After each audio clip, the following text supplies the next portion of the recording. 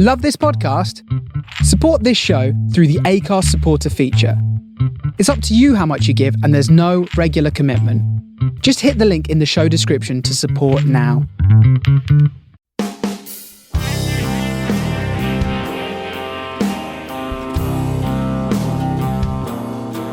Swim podcast, man. Swim podcast.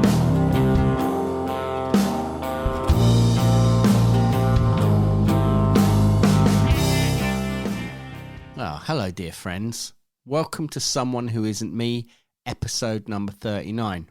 As I'm more than mildly obsessed with the numbers 3 and 9, I'm glad that such an auspicious episode should feature singer, frontman and author Davey Havoc of AFI, Black Audio, Extremist and Dream Car. In this episode, we discuss AFI's fabulous new album, Bodies, and some of the themes contained therein. Bodies is the California band's 11th studio album, and it came out at the start of June 2021. And we talk about where it ranks within their body of work for the pair of us. We discuss discovering music at an early age via Thrasher magazine, the importance of developing an aesthetic sensibility for the creation of good art and music, magical intent in the creative process, great lyricists, and the benefits of a good pedicure. The portrait I painted of him for the cover of this episode is oil, acrylic and ink, and I believe I failed somewhat in portraying his well-shaped brows. And if you enjoy this episode and the discussion of the mystical nature of creativity, remember that there are 38 other episodes with artists such as Maynard James Keenan, Laura Jane Grace, Jazz Coleman, Tom DeLonge, Billy Corgan, Kat Von D, and Alan Moore, etc. I don't have anything to hawk particularly other than some prints of a few paintings via my page on the Death Wish web store, the link for which is in my Instagram bio, which is @DanielP.Carter, and in the show notes. So without further ado, this is Davey Havoc from AFI. Enjoy. Thank you for doing this, by the way. Oh, thank you for having me, Daniel P. My pleasure. And I will apologize now because I feel like we've done a couple of things. Like you did the interview for Radio 1, and then I did the thing with you guys for your competition winners. Yes, so which is very kind of you. No, that's fine. But I'm just saying that if I start repeating myself, I apologize. I think it's a great idea because if I don't repeat myself, then we have to wonder which of the answers was correct and true. Nice. We can check them against each other and see if they gel. But you said last time. Yeah. Okay. You know, here's the thing. Let's start off hot. Let's start off with the important business. I just realized that what people don't know about me, that you don't know about me, Daniel, let's talk about me, is I've never had a pedicure. Ever? Isn't that shocking? I'm shocked just to say it aloud. Well, the thing is, I would normally say the same thing, but I was very lucky because I met my wife when we were kids. Yes. And she studied like a bunch of, she studied beauty therapy and things like that. And one of the things she did was reflexology and pedicures. So I was literally guinea pig while she was learning stuff. So that's the only reason I've had a pedicure. That is a treat. I was years and years and years ago when I was a kid, I was with an esthetician for a moment who would do my brows for me. And well, I guess she was a stylist. I don't know what they did, but my brows were getting did. Nice. And I had to do that in high school by myself, which was dangerous. Yeah, you which can was always dangerous. go a little overboard. And the yes, I wouldn't as a kid in high school, for fear of many repercussions, not simply damaging my eyebrows, but the social and familial damage that would be done by more extreme brows. I was subtle with it, but a good example, a cautionary tale of what happens when one, such as myself, does their own brows can be seen in photos of me while on tour for Sing the Sorrow. Yeah. Yeah. Well, it looks like in modern times, a friend of mine who I'd met in modern times who was young and young, too young to know what AFI is, not 35 years old or 45 years old. And so she's like, oh, you were in some band or something. Yeah. And something about like alcohol. I'm like, yeah, I don't drink. And she said, oh yeah, I figured you were a tweaker because I saw these old pictures of you and I saw your eyebrows. I said that, yeah, I can explain. Wow. Now I'm definitely going to have to go and check this out. You know, we were coming out of the 90s. So what I was trying for,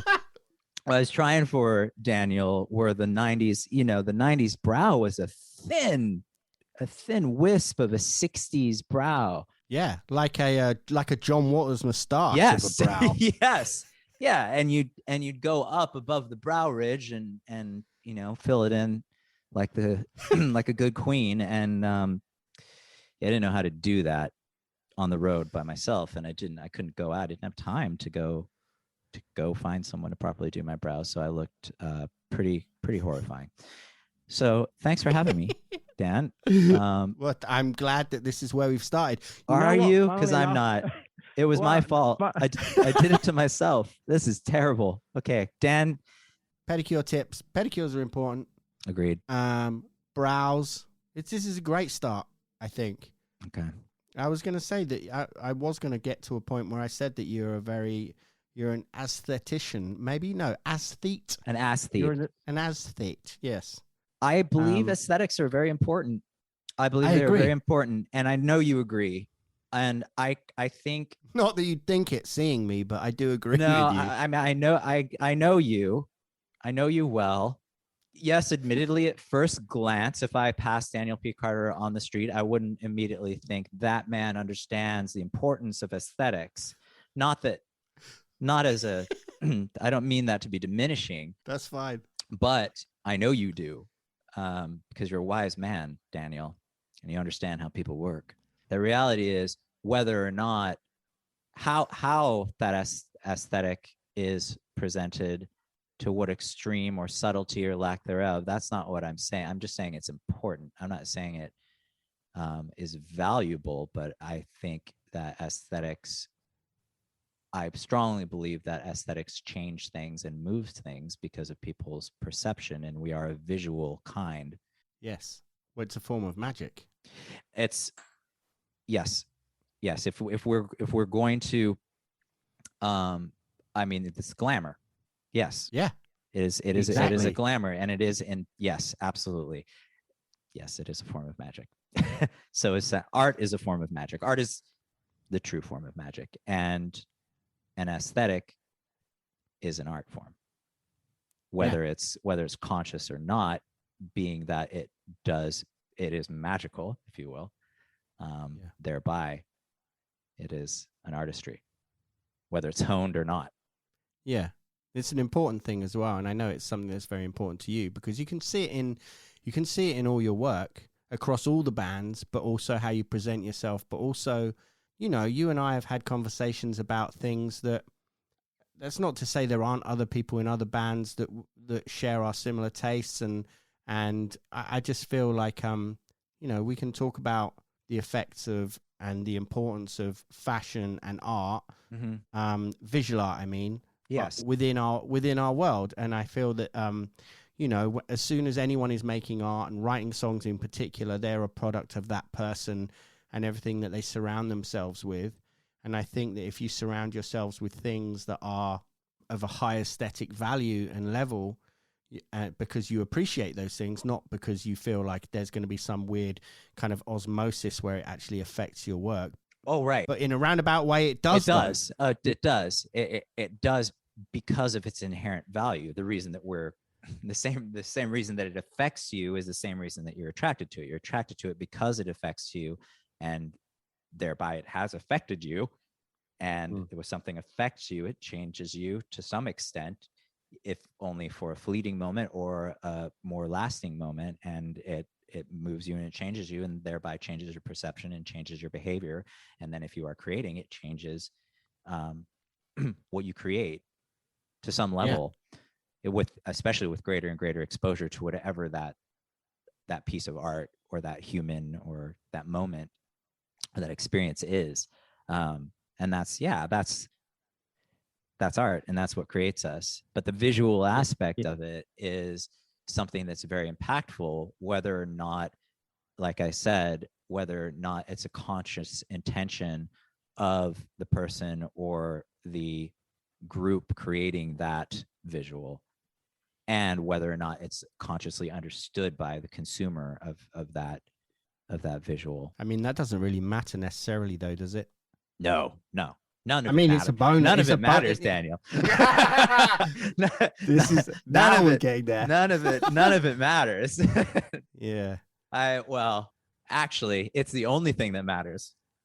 Yeah. None of it, that doesn't matter. It doesn't matter if you're aware of it or not. No, what matters is that it's happening. And that is the only thing that matters, unless nothing matters. Yeah. But if something matters, that's the only thing that matters. The end. Back to toes.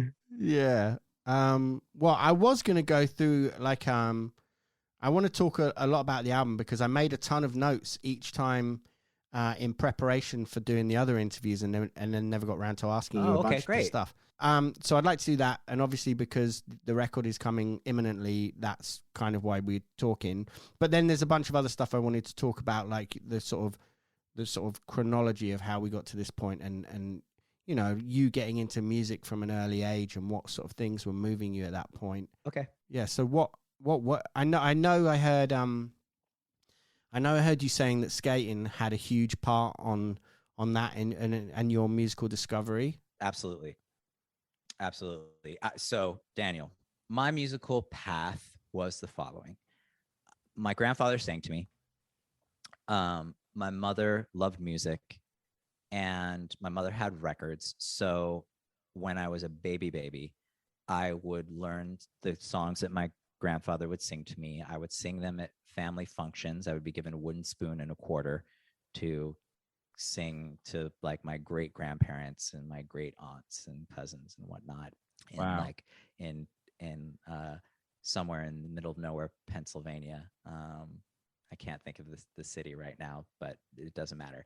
And I would listen to my mother's records and jump on the bed. She had the copy of the Rocky Horror Picture Show soundtrack that I talk about frequently. I would stare at that album cover, fascinated. Obviously, it led me to who I am today. What age was it that when you had that? When I was staring at the record? Yeah, when you first heard Rocky Horror. Well, I wasn't conscious of listening to it. Okay. I must have because I forgot this aspect of it. So I was fascinated with her records. She would put them on, but I only remember Diana Ross and Michael Jackson. I don't remember hearing Rocky Horror at that time. I remember staring at it, but being very, very familiar, of course, with the Rocky Horror soundtrack. My memory doesn't go back to I'm talking the ages of 2 to at the latest 5 years old. And then when I was 5 years old, my grandmother in Rochester, New York, asked me what I wanted for my birthday. And what I wanted for my birthday was an AC/DC record. And to date myself, Back in Black had just come out. So it just happened to be the new AC/DC record. And that's what I got for my birthday. I would then have my mom put on the record, which she hated and wanted to prevent me from listening to, telling me that it was devil music that tells you to kill your mother. And I vividly remember as a baby child, as a 5-year-old, being baffled and saying, "What? No, it doesn't." And she said, "Yes, it does. This is devil music. It tells you to kill this type of music tells you to kill your mother." And I just remember being an innocent child saying, "Wow," "Where does it say that, Mom?" Innocently saying, "Where? Can you show me? Oh my God, I'm listening." Because I didn't want to kill my mother. I was 5 years old. Yeah. So I was horrified at the prospect that I was listening to something that was telling me to kill my mother. I didn't like that. I was agreeing, "Oh, that's horrible. Show me where." And she got mad. She got mad because she couldn't show me where because they weren't saying that. Nobody's saying that except maybe the Meat Men. And the Misfits. Yeah. And then eventually I found the Misfits. So I could find the music that said, "I need to find that band that says kill your mother. My mom told me it was out there." She was a big Misfits fan in the 70s. So I listened to AC/DC as a 5-year-old. Great record. Yeah. Great record. Incredible. I know there's a lot of people who don't like the Brian era but that's what started me. And then another big shift came when my folks got me a boombox, a one speaker boombox, around the time of the inception of the boombox, but mine was not big. It was just a little tape cassette player. I keep thinking it was my birthday. It might have been Christmas, but it was the early 80s. It was whenever those were released, and they allowed me to get 3 cassettes, which was very generous as part of this present. And I went to Tower Records in Sacramento, where I lived. I believe it was, I don't know if it was the first Tower, because that's where Tower came from. There were 2 in Sacramento at the time, but we went to Tower. The first 3 cassettes that I bought were Duran Duran, Men at Work, and Devo. Wow, 2 out of 3 ain't bad. Yeah, let's see. Duran Duran, Men at Work, and Devo. You don't like Men at Work? Or you don't like Duran Duran? You know. Oh, I love Duran Duran. Okay, so yes, I agree. Of those 3, Men at Work is, I would say, great, but the lesser of the 3. Yeah, they were like an Antipodean Police. Yeah. Yes. Well, yes, exactly. So, and that was indicative of what was going on in pop culture at the time, because I was a kid.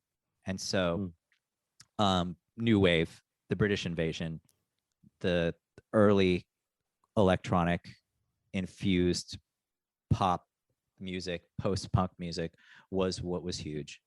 And such an incredible era for pop, I think, as well. Oh, I mean, of course we agree on that.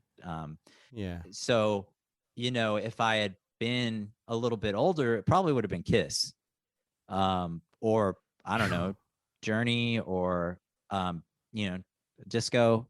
But I wasn't. That was the age I was. Imagine how different things would be if it had been. I mean, Kiss, right? I mean, we might have ended up somewhere near where we are.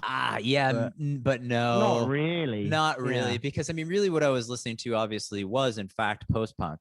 And that allowed me, and at the time punk was, also dead, as the punks would say, but had just finished being very, very big, which, of course, paved the way to the music I'm talking about, and that being popular and new wave, and the terms being muddled and whatnot. Yeah. But so punks were around, so mall punks were there, and I was enamored and fascinated by mall punks. So I knew that was where I needed to be. I just didn't know how to get there, and I had Catholic oppression to deal with, and thereby I was attracted to my kind. Yeah, of course. And so I was trying to find punk, and I was a child, and I was being met with resistance every step of the way. But to get to where you were going, Thrasher magazine, I found skateboarding.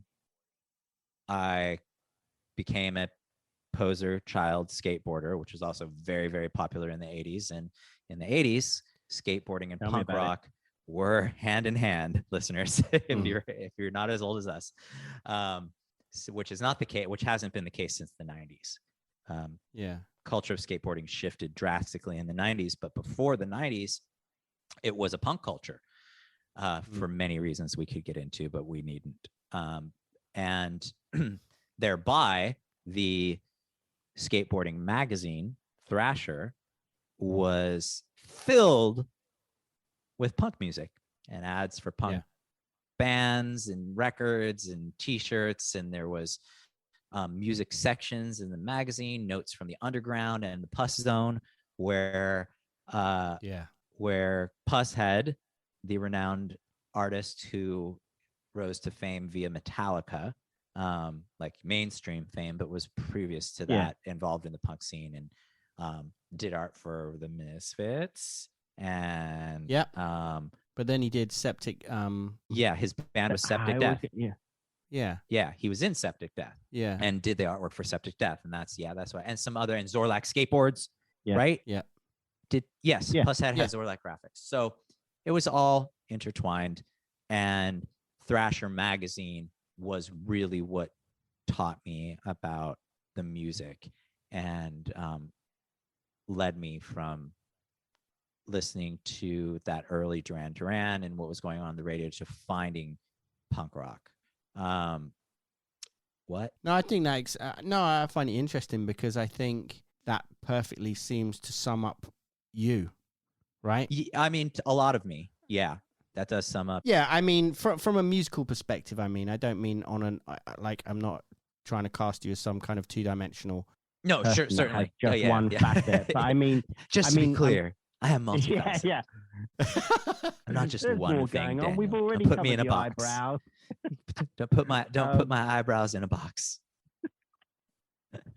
But You from put a my musical eyelashes in a box, perspective- and they haven't come out for 20 years. But yeah, I think that says a lot, and I think across everything that you do, like punk and hardcore and kind of new romantic and new wave. Yeah. I mean, we are a product of the things that we consume, I Yeah. guess, on from an artistic level, as we said at the start.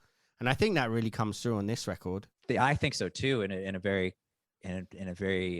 acute way that we don't see in previous records as much. There are more of those early influences that are exposed more distinctly on this record, as you pointed out when we did our fan chat, I believe. I think that's why it's and this isn't just me saying this because we're doing an interview right now, but I think it's my favorite record of you guys. Man, mine too, but- and that means but so that- much coming from you. Yeah, but So I mean, thank you. Yeah, but Me I've too, only though. lived- Lived with it for a short period, but Same. I'm very and I don't think it's that kind of sort of honeymoon period that you would have in a relationship, which is kind of relevant to this record as well in a certain degree. But I feel Do like you experience that? I actually have a tendency to not experience that with music that I consume. yeah, To me, it's rare for me to, even with artists I love, for it to immediately strike me. I can generally tell immediately, oh, I can tell, okay, I can tell this is great, but as far as where it's going to sit in the ranking of my favorites I don't know that immediately often. Sometimes, I mean, when Nick Cave released Push the Sky Away, that was very striking. That was one of those moments where I went, oh, holy fuck. You were already perfect, but now you're perfect in a different way, in a very new way for you. And I know that this is an important shift, and I can tell that this is going to remain one of my favorite Veer records, and it has. But I think everything he's done in those last few records has just been so. I mean, Murder Ballads was always my favorite. I don't know why. I think I had like quite an affinity to that record because I remember I had a cassette of it, and when me and my wife would be driving around before we were married, like we listened to that record, that tape a lot, and that still has really struck me. But I think with the last couple, like Skeleton Tree and Ghost Teen, I just feel like, and I it's just so heavy, man. it is. They're great. Oh, yeah. And I so feel tragic. it's interesting. I put those three records together. I feel that, and Carnage as well, which is more minimal. And to be fair, they recorded it, and of course it was going to be minimal. It's just that is just Nick and Warren. And right? Warren. Yeah, so it's not a Bad Seeds records, right? So as far as the Bad Seeds records go, I too group those three, and to me, those three records sound very similar, in my opinion, and could be one long record. Well, they are a triptych. He views them as a triptych. Oh, really? I didn't Yeah. know that. Okay, so that makes Yeah. sense. That makes sense to me. And that being said, not having known that he professes them to be a triptych, generally, an artist who records something that similar 2 times in a row, yet 3 times in a row, I'm generally over it. But with those records, I am of the opinion that he can keep doing that forever, and I am good. But I think it's a unique circumstance because he's working so much with mood and lyrics and storytelling and walls of music and escape and realms with that embrace the poetry, which, Yeah. the poetry elevates the sounds and the way that it works off each other. It's such a different, it's just, it's a really non-traditional way of writing yeah, songs. it's very non-traditional. The songwriting is very, very unique, and comes from of course it comes from the folk world, I would feel, and the blues world, and intertwining that, and then there still is rock, but then anyway. Yeah, it comes from a very wounded place, I think. Yeah. Anyway, right, as I've said to you before about how I see this record to be very open, and as I said before, I think a less emotionally guarded. I wanted to say last time that I feel the people being referenced in certain songs, I mean, they may not be, they may be characters, however we wish to discuss this. I feel like they're actually people. Yeah, okay. And I feel like they're not going to be languishing in any kind of doubt as to whether or not is this song about me. I don't think that's an unfair assessment. I don't think that's an unfair assessment. If we went through song by song, I think it's possible. Well, certainly the subjects, when there is a human subject involved, there are levels of symbolism to the archetype, if you will. But yes, admittedly, I would say that your sentiment is correct, that in a lot of the instances in bodies, the subjects are distinct.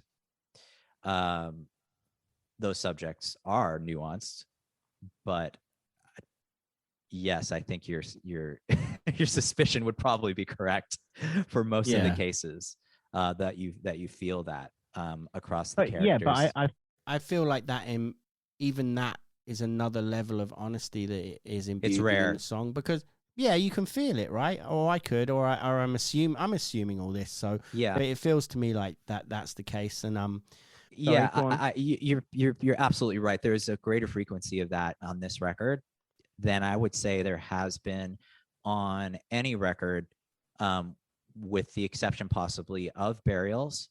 That occurs throughout the history of my lyric writing, I suppose I should say. I was going to say AFI, but it does occur throughout the history. But as far as a grouping of songs where what you're sensing could be argued, it can be argued, I believe, for more songs than any other release within the Bodies record for the different characters that are created within the lyrics. Yeah, but that's a great thing, though. Well, thank you. I appreciate that. I had no choice. I never have a choice. I try to have a choice sometimes.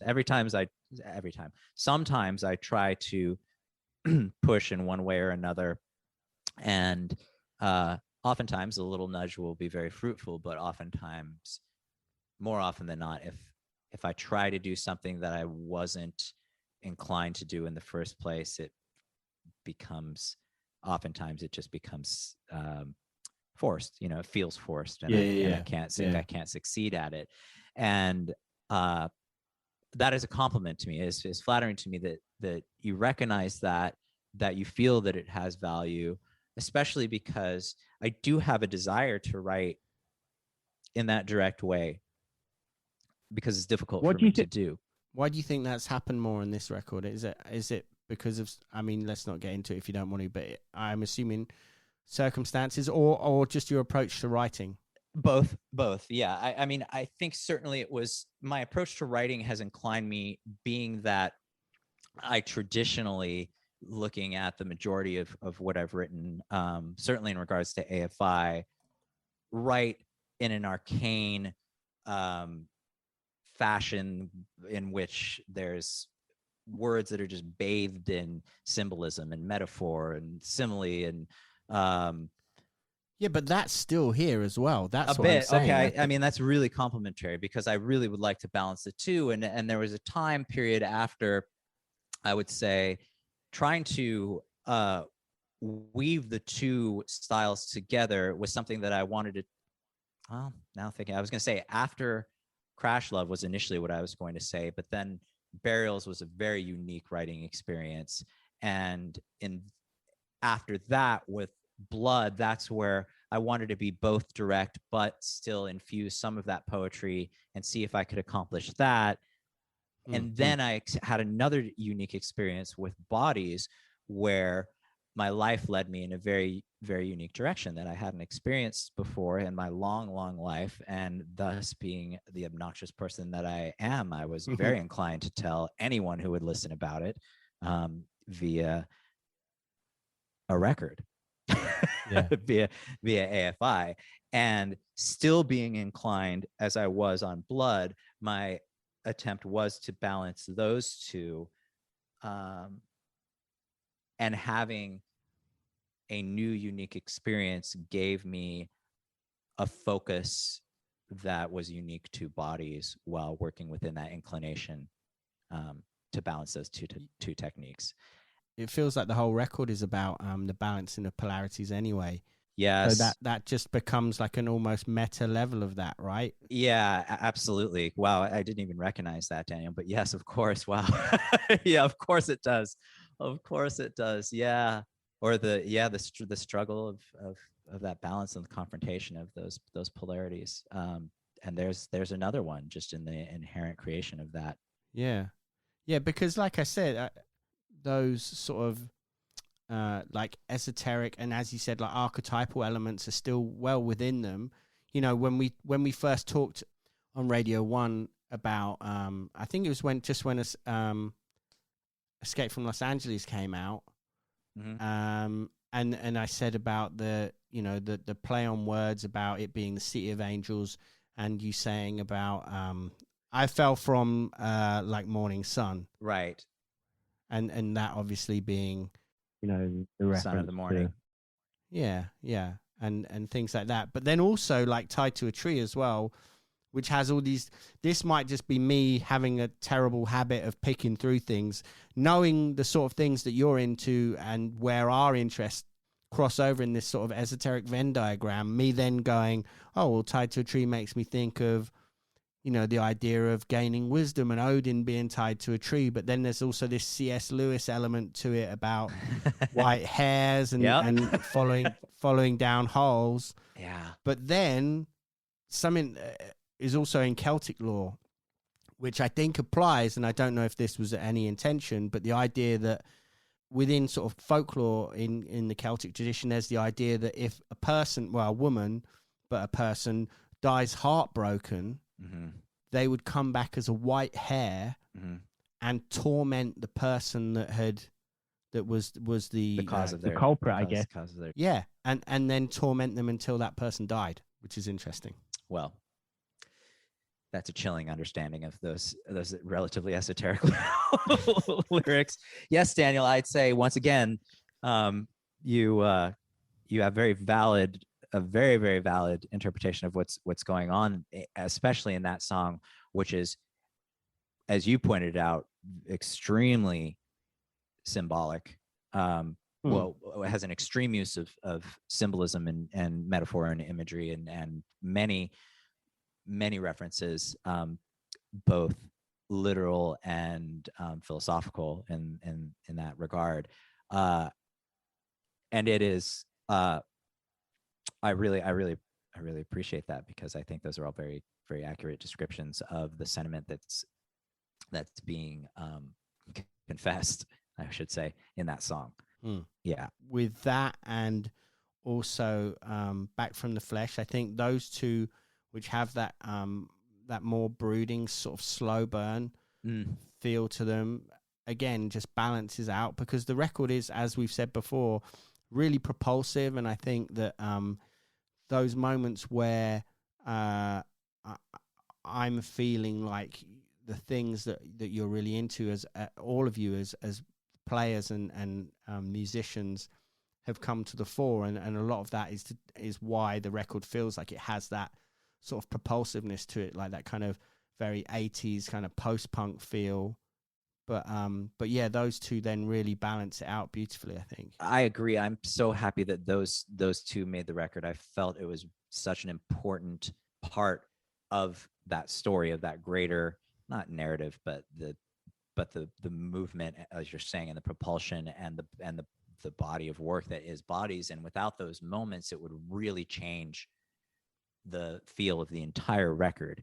And those are fulcrums, and they're shifting points, and they're expanses that open up within the density of the tracks that surround them. And I think they're, of course, important as songs as within themselves, but they create the whole, and the whole would be completely different without them. And I'm very, very happy that the track listing is what it is, because it could have been many different things. As you know, we write multiple songs for each release, and it's a matter of choosing them.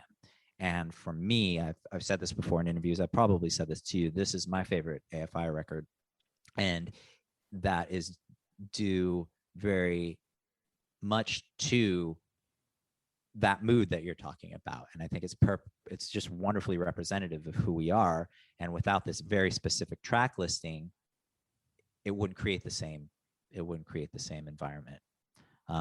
Which I think is a very genuine and poignant environment for us right now, I believe. It is for me. Yeah. Well, like I said, it's my favorite one. Thanks, Daniel. Well, it's for you, so that means a lot. Thanks. Because that the record is for you. So for you to have that reaction is very important. And well, the beauty of all great art is it should feel somewhat for the person enjoying it and experiencing it anyway. Yeah, and I think that's why it connects. I should hope. Yeah, I should hope. Yeah. I was curious while we're talking about the whole kind of the theme of duality on the record. Again, this is me reading too much into everything. I mean, you're probably reading what's right in front of you. No, I don't know, because explicit text that you happen to see. Well, no. This is more about the way the record has been released, because you've been releasing the songs in pairs. And I was curious to know if you'd gone so far as to actually pair the songs up specifically for that purpose, to almost like counterbalance each drop. Do you know what I mean? Well, I mean, yeah, there was a very active choice in which songs we paired together to balance. Yeah. So each drop would have a mood in and of itself, even though it was two songs, to foreshadow the mood of what was to come as an entire body of work. That was certainly orchestrated, because how could you not? Yeah, of course. How could one not? If the choice to release music in that fashion was made, there'd have to be some thoughtfulness to the balance or the lack thereof. If it's purposeful. Yeah. Well, yeah, I guess from a sonic perspective, yes, and mood perspective. But I was me being me, I was curious to see it had gone even further than that with certain pairings. As like counterpoints lyrically and thematically, I meant. No, I can't admit to that. Okay. I would have done if I'd have been you. I'd like to say yes. Honestly, that if working alone, yeah, as the lyricists and the intention, certainly that would have been done. Yeah. But as a group and understanding how people listen to music and how music is presented and consumed, I didn't even begin to to try to push that one through, because I understand the merit of the tonal balance or push and pull. And I respect that. But yes, that would be a great course to take. Yeah. Well, I mean, when you said that you obviously have written, you write quite prolifically when you're working on an album cycle, I guess, if we're viewing it that way.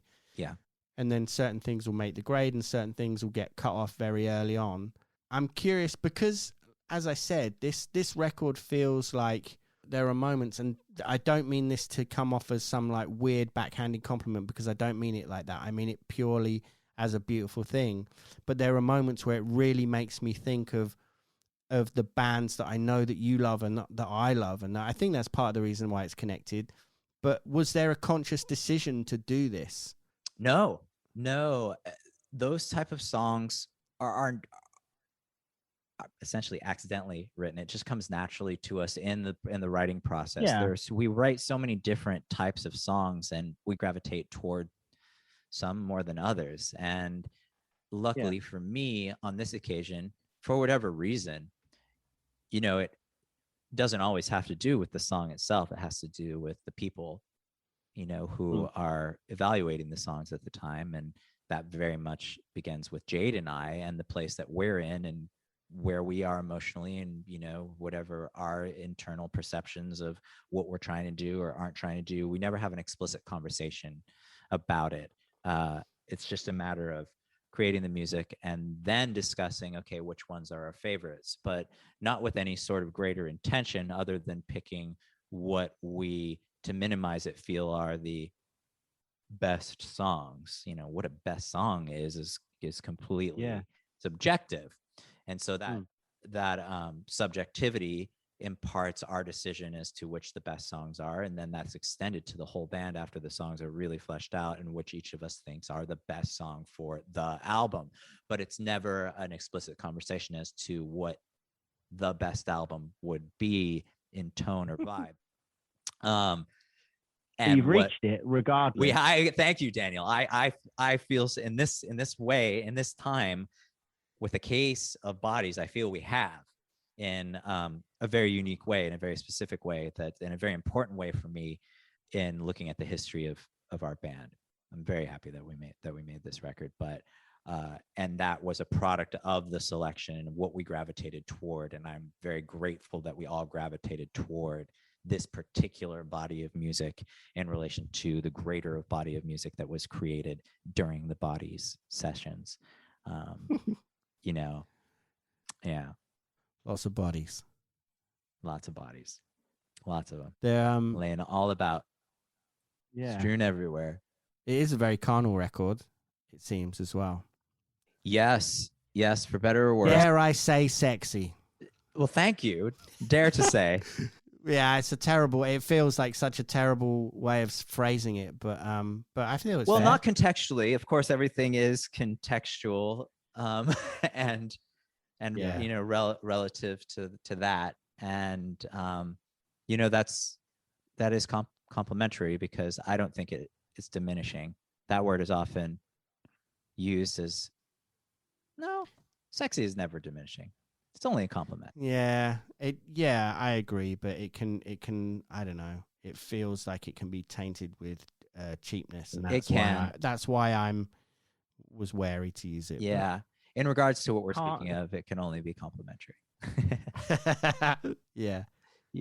I feel like in Dulcinea and On Your Back and Back from the Flesh in particular, it feels like quite a carnal record, which I think is great. Yeah, you caught the Back from the Flesh. Yeah, and yet it's and the carnality is especially with Back from the Flesh is certainly bathed in commentary. Yeah, and that's why we're speaking with an understanding of what specifically we're talking about, so we know we're not talking about a Marvin Gaye song. But as I think of Marvin Gaye, and to describe something that is sexy, that's still fantastic. Yeah. Yeah. We're just, there's a brutality and within the body sexiness, which is unavoidable. It's confrontational, for better or worse. It's back to the duality. With Dulcinea as well, actually, another thing that I wanted to ask about was obviously that that's the collaborative song with Billy, right? Yeah.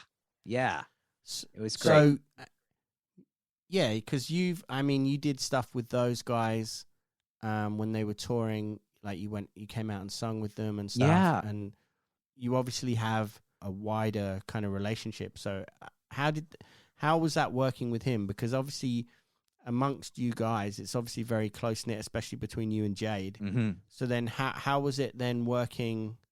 I mean, he's one of my favorite songwriters of all time. Yeah, I think he's fantastic. But I mean, how was that?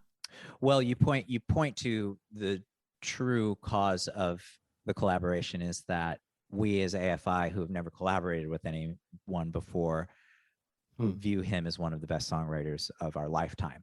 And to have the opportunity to work with him was thrilling for us at this point in our existence as a band. So we took that opportunity, and it was great. My participation was very minimal. I think he and Jade wrote together, as I recall, a few times, on two of those occasions I joined. And but my participation was just watching, really. I believe Billy wanted me to participate and join to hear what my voice sounded like singing the melodies he was writing. And I knew that in the end, and I was thrilled at the prospect of this, that Billy would be writing the top line and I suspected at least, and that I would be writing the lyrics. And I sat and I watched Billy on bass and Jade on guitar, just kind of riffing off each other, and Billy writing top lines over these riffs. And after what I believe was 2 days, Jade compiled everything that had been written, and at some point took sections of each, well, not each, but took a few sections from the writing sessions and created Dulceria out of those parts. And it was months after I thought it was a wash. And then months later, Jade said, listen to this. I went back to the Billy sessions and I put this together, and I was moved. I said, this is fantastic. Let me write that. Yeah. And I wrote the lyric, which I feel is one of my best lyrics that I've written. I'm very, very fond of those words. And so much so, it was an interesting experience for me because it's the first song that is that true? That's not true. So yeah, this is something that rarely occurs in the history of AFI, because on occasion Jade has written the top line, for instance, Escape from Los Angeles, but then that's still within your, the pair of you, right? As the Yes, main songwriters. Correct. You raised the emotional point that I was trying to latch onto when I stuttered. So it was the first time someone outside of Jade that wrote a top line that I sang ever. And by the time the song was written and made the record and there was a pandemic, the song had just become the song, and I'd forgotten, who wrote what. And I had so much emotional ownership to it, and still do, which was an interesting experience. Not that I had any trepidation about embarking on that sort of songwriting effort, but I didn't really consider a moment where the song would truly just, to me, live as a song and not as something that Billy Corgan participated in. Yeah. It's, to me, it's interesting because I don't think I knew that you guys had written with him when I first heard that song. So it never came. So I must have missed that. I don't know what had happened, but I think I just listened to the song without sitting there with like a press release or whatever. Yeah. So I was just enjoying it and reacting to it, in a very song. just. Yeah, it is, but as a very, with that even not being a factor, I mean. Mm-hmm. But then when I saw that and then listened to it again, I'm like, oh yeah, I hear it. I can hear it now, but I think that's a beautiful thing. Agreed. Yeah. And to me, that's how I felt when we wrote the song. When the song became what it was, I didn't feel that it sounded unlike something AFI would do. I felt like it sounded like a unique AFI song and a very important AFI song, but I didn't feel like anyone would be shocked by, like, what? This is a reggae song? Men at work. Right. Upstrokes are wild, man. It's wild. Yeah. I don't know. I think, I don't know. I'm not getting into that. I'm not a fan.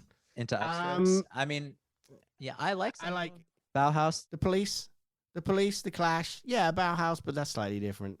What about second wave? I really like like stuff like Specials and English Beat. Yeah. General Public. Yeah, like the two. Yeah, of course. Yeah.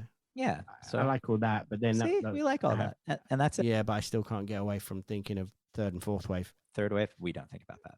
It's not discussed. What about Stiff Little Fingers? No, not particularly. Never really went there, to be honest. Subhumans? Yeah, no, not really. Okay. I'm probably nowhere near as cool as or my musical taste is nowhere near as cool as you would assume. No, that can't be, because you like the coolest music that only 10 of us like. Yeah.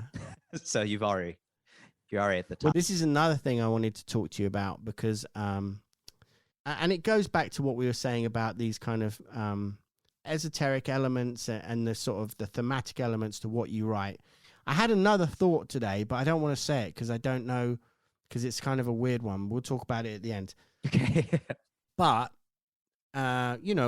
we've talked about that whole period of bands like Coil and Psychic TV and Throbbing Gristle and stuff, and obviously there's a huge magical element to that, and we've discussed how art is a magical thing anyway. Yeah. Is that a conscious thing when you're working? Do you ever think that within those terms, or is it or is it an instinctive thing? Because I think great art is instinctive, and that is part of the magic of it. That's interesting that you asked that question. So the answer isn't no.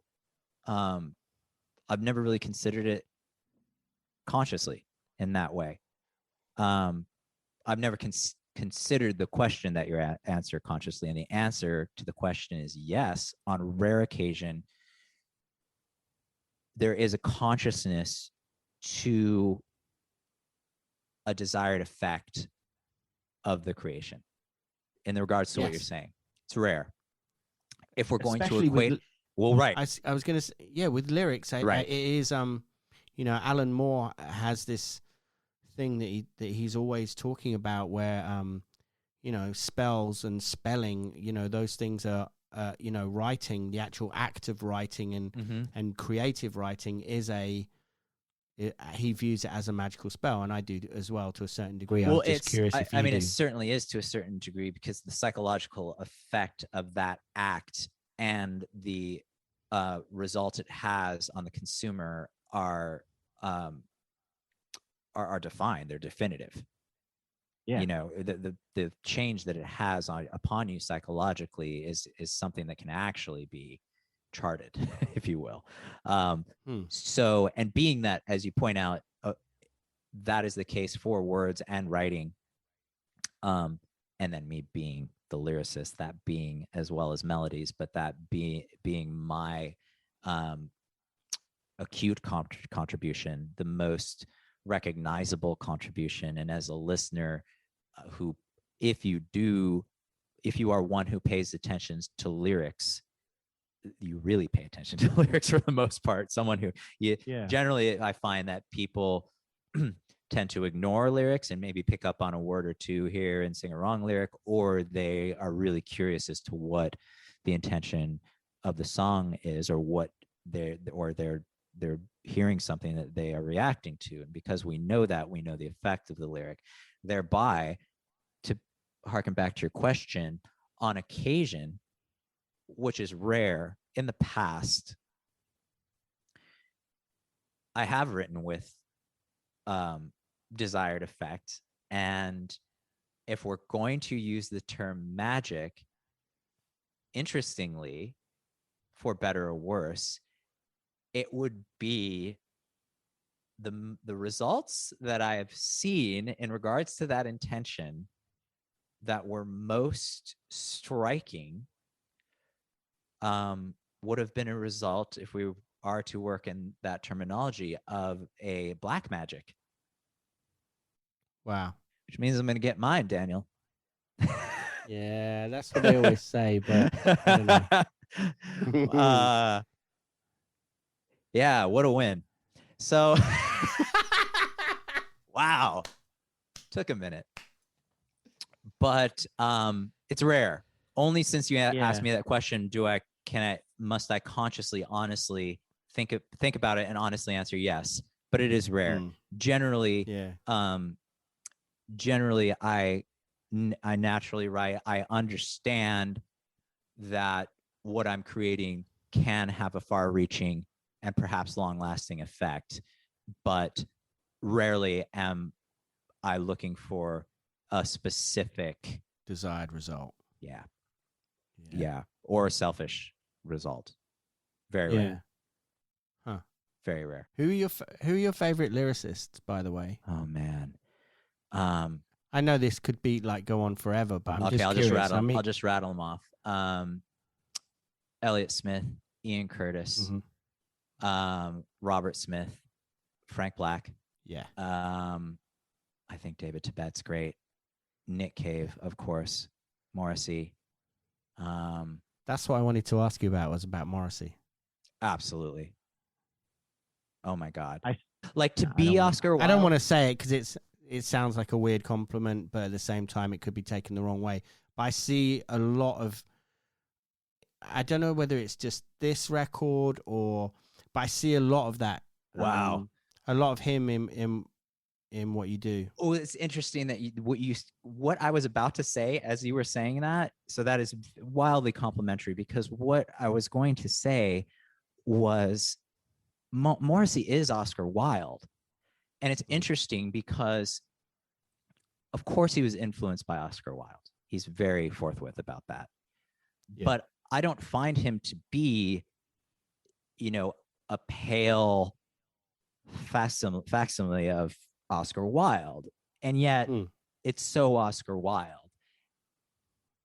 And I don't feel he's trying to be Oscar Wilde. I know he loves Oscar Wilde. I may or may not have known of Oscar Wilde before I listened to the Smiths. I think I did. But it is because of Morrissey that I'm that familiar with Oscar Wilde. And I feel he was simply influenced by Oscar Wilde. It's so similar to Oscar Wilde, yet it is its own thing, and it's unique and unparalleled, in my opinion. I mean, he is shocking, a shockingly wonderful lyricist.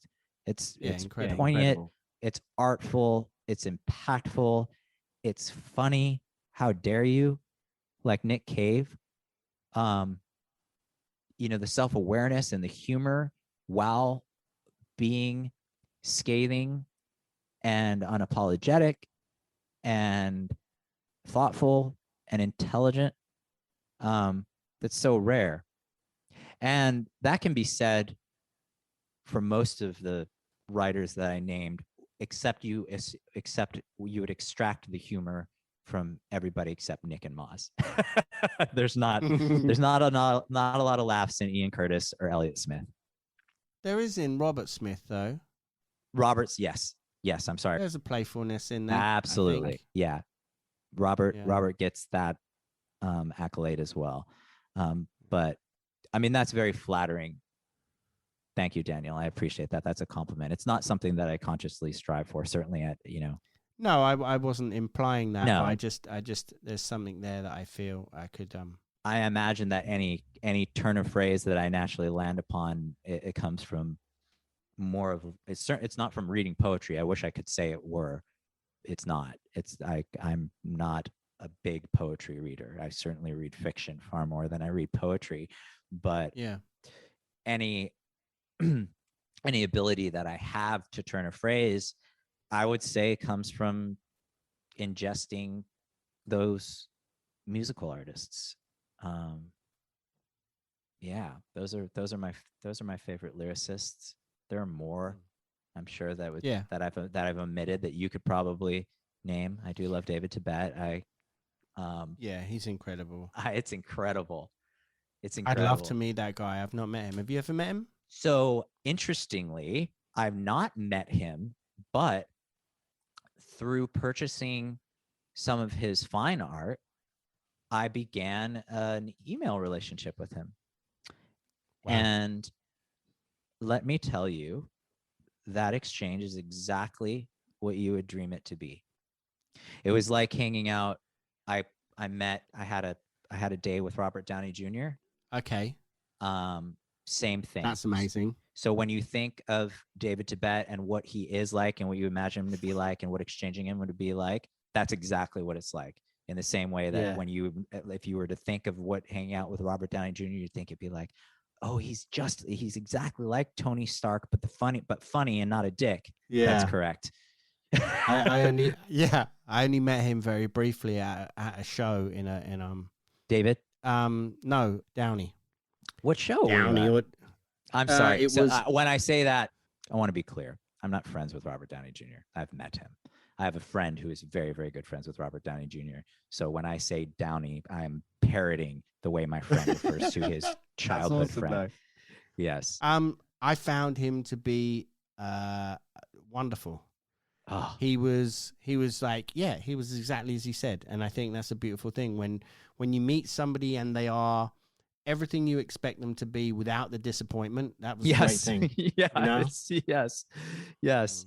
Especially when working with actors where you should have we can't help but create this character surrounding these actors, which is absurd. It should be the opposite. Yeah. It's always a weird one, isn't it? Because you kind of wonder when somebody's career is pretending to be another person, dependent on whatever it is they're in. Right. You kind of wonder if you'll ever see what the real person is. Right. Our inclination should be that I know nothing. I know nothing about this person other than they are a great actor. But what they are as a human being, I have no idea. We shouldn't be projecting these personalities and these lifestyles upon them, but we do, because I think it is, Daniel. I think we sense a typecast. And typecasting is the thing. Yeah, for sure. But then you must get that, right? Do you feel like? Yeah. I don't know, because as what you mean? Again, projecting? You mean? Yeah. And again, we've already established that you are a multifaceted, wonderful human being that has a plethora of interests, and you're very well read. I'm just saying that other people's perception must be very much only what you give them within the records, right? Yes. So it's a very interesting thing, because there's, as it is with anybody that you don't really know, there's a certain amount of information that is there to be consumed to deduce what type of person this is, and of course people oftentimes choose the bits that they want. Yeah. That's the most frequent thing. The bits that they enjoy, they will oftentimes choose and create a persona around that and expect that persona and whatever it is. And those bits that are chosen are often chosen from a pool of a finite period of time. Yeah. So it really depends on the person as to who they do or don't think I am. For instance, someone like yourself who has a deep knowledge of you are very versed and very, very educated and have done your homework on Davey Havoc. And you're quite the professional for whatever reason, whether it's out of professionalism. Is that a word? Professionalism? That's a word. Yeah. Whether it's out of professionalism or actually enjoying what I do, either way, I really appreciate it. But it's definitely more of the latter than the former. That go on, plus you recognize aspects that a lot of people aren't even presented with. So yeah, there's a lot of ideas of who I am and who I'm not. It's all fine. Yeah, doesn't matter. Yeah. That's a great. It's generally nice. Good. Generally nice. As the misperceptions. Be. Generally, the misperceptions are strange. If they're just odd for the most part, I find them to be relatively strange when there are misperceptions. Most of them are offensive. Some of them are, but whatever. Doesn't matter. Doesn't matter. How does it matter? Great. Thank you for that. Thank you. Thank you for that. I'm going to go get my first pedicure. Is your wife available?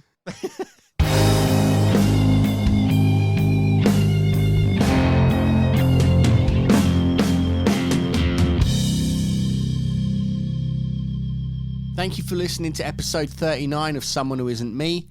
As you may have gathered over the course of this conversation, the 11th studio album from AFI is available now. It's called Bodies, and it's a great record. I'm sure you're already following the band and Davey on the socials already, but remember to go and check out some of, if not all of the other episodes of Swim, as there are a bunch of incredible guests, and the conversations are pretty inspiring, even if I do say so myself. Please follow Swim on the socials, which is @Swim Podcast. I'm @Daniel P. Carter. Subscribe on your preferred pod provider. Leave a nice review wherever you can. Tell your friends that you love them. Look after yourselves. Love is the law. I'm out. Peace.